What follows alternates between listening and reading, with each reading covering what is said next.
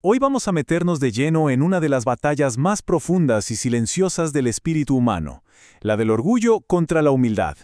Y lo vamos a hacer a través de la increíble historia de transformación de una figura gigante, monumental, Moisés.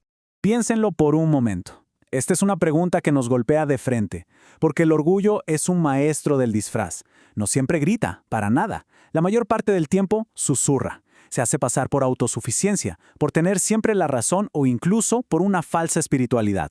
A ver, en el fondo, de esto se trata todo. El orgullo saca a Dios del centro de nuestra vida y pone en el trono al yo.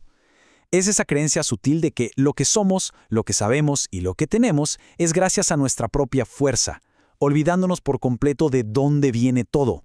Y para entender esta lucha, de verdad que no hay mejor caso de estudio que la vida de Moisés. Su viaje es una auténtica clase magistral sobre cómo Dios usa el desierto para quebrar nuestra autosuficiencia y forjar una grandeza que se basa en la rendición. Es que su vida se divide casi poéticamente, ¿no?, en 3 actos de 40 años cada uno. Los primeros, en el esplendor de la corte egipcia, donde su ego y su poder fueron alimentados día a día. Los siguientes, en el silencio y el anonimato del desierto, donde ese mismo ego fue sistemáticamente desmantelado. Y los últimos, liderando a un pueblo entero, donde tuvo que vivir y respirar la humildad que tanto le costó aprender. Y aquí es donde la cosa se pone fascinante. Miren este contraste. El hombre que empezó siendo poderoso en sus palabras y obras, un príncipe impulsivo que actuaba por su cuenta, es el mismo que años después, frente a una zarza ardiente, pregunta con total sinceridad: ¿y quién soy yo para hacer algo así? El desierto literalmente lo vació de sí mismo para poder llenarlo de Dios. Y este es el resultado final. ¡Qué increíble! Después de 80 años de formación, la Escritura no lo inmortaliza como el gran príncipe de Egipto, sino como el hombre más manso sobre la tierra. Su verdadera grandeza no fue el poder que tuvo, sino el poder al que renunció. Fue una grandeza, digamos, forjada en la rendición. Bien, la historia de Moisés no es solo historia, ¿verdad? Es un espejo.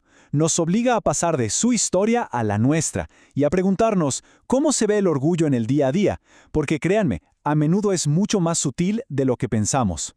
A ver, el orgullo tiene un montón de disfraces, y aquí tenemos algunos de los más comunes, de los más sutiles. Está el orgullo religioso, que nos hace confiar más en nuestro propio desempeño espiritual que en Dios. El orgullo intelectual, que nos convence de que nuestro conocimiento nos pone por encima de los demás. El orgullo de poder, que siempre busca controlar. Y quizás el más tramposo de todos, el orgullo por la propia humildad. Jesús nos dio el retrato perfecto del orgullo religioso con esta parábola. Lo más revelador es que el fariseo no le estaba orando a Dios de verdad, se estaba orando a sí mismo, usando a Dios como una excusa para admirar su propio reflejo. Su oración era básicamente una lista de méritos y comparaciones. Y en la otra cara de la moneda tenemos al publicano. Él ni siquiera se atrevía a mirar al cielo. No tenía una lista de méritos que presentar, solo una conciencia profunda de su necesidad. Su oración no se basaba en quién era él, sino en quién es Dios. Y esa es la esencia de la humildad, reconocer nuestra verdadera condición. Entonces aquí llegamos al punto clave, al momento del autoexamen. En los momentos de honestidad, cuando miramos hacia adentro, ¿qué encontramos? ¿Un corazón que presenta sus logros o uno que simplemente reconoce su total necesidad de gracia? La respuesta, de verdad, lo cambia todo. Y esto nos lleva a una de las grandes paradojas de la fe, una especie de lógica al revés del reino de Dios. Para ser levantado, primero hay que descender. El camino hacia la verdadera grandeza es en realidad hacia abajo. Este contraste es como la columna vertebral de toda la historia espiritual. Por un lado, el misterio de iniquidad encarnado en ese subiré de Lucifer, ese deseo de autoexaltación que siempre termina en caída. Y por otro, el misterio de piedad, personificado en Cristo, que voluntariamente descendió, se humilló para servir y como resultado fue exaltado hasta lo más alto. Entonces, a ver, ¿cómo se lucha contra algo tan metido en nosotros como el orgullo? La respuesta no está en esforzarnos más por ser humildes, sino en desviar la mirada de nosotros mismos y fijarla en el único modelo perfecto de humildad que existe. Filipenses capítulo 2 nos cuenta este descenso increíble. Tratemos de imaginar la escena. El Rey del universo, en lugar de aferrarse a su gloria divina, se despoja de todo. Primer paso hacia abajo. Luego toma la forma de un siervo. Segundo paso. Se convierte en un ser humano. Tercer paso. Y el descenso no para ahí, continúa hasta el punto más bajo que uno se puede imaginar. La obediencia total hasta la muerte en una cruz. Es la demostración máxima de amor y servicio.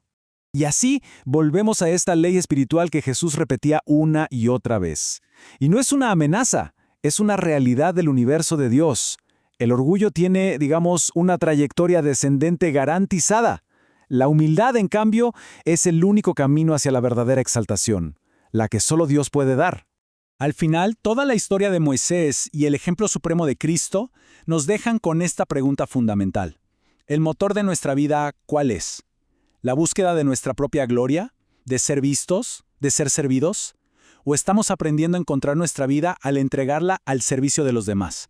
La respuesta a esa pregunta define el destino de nuestro viaje.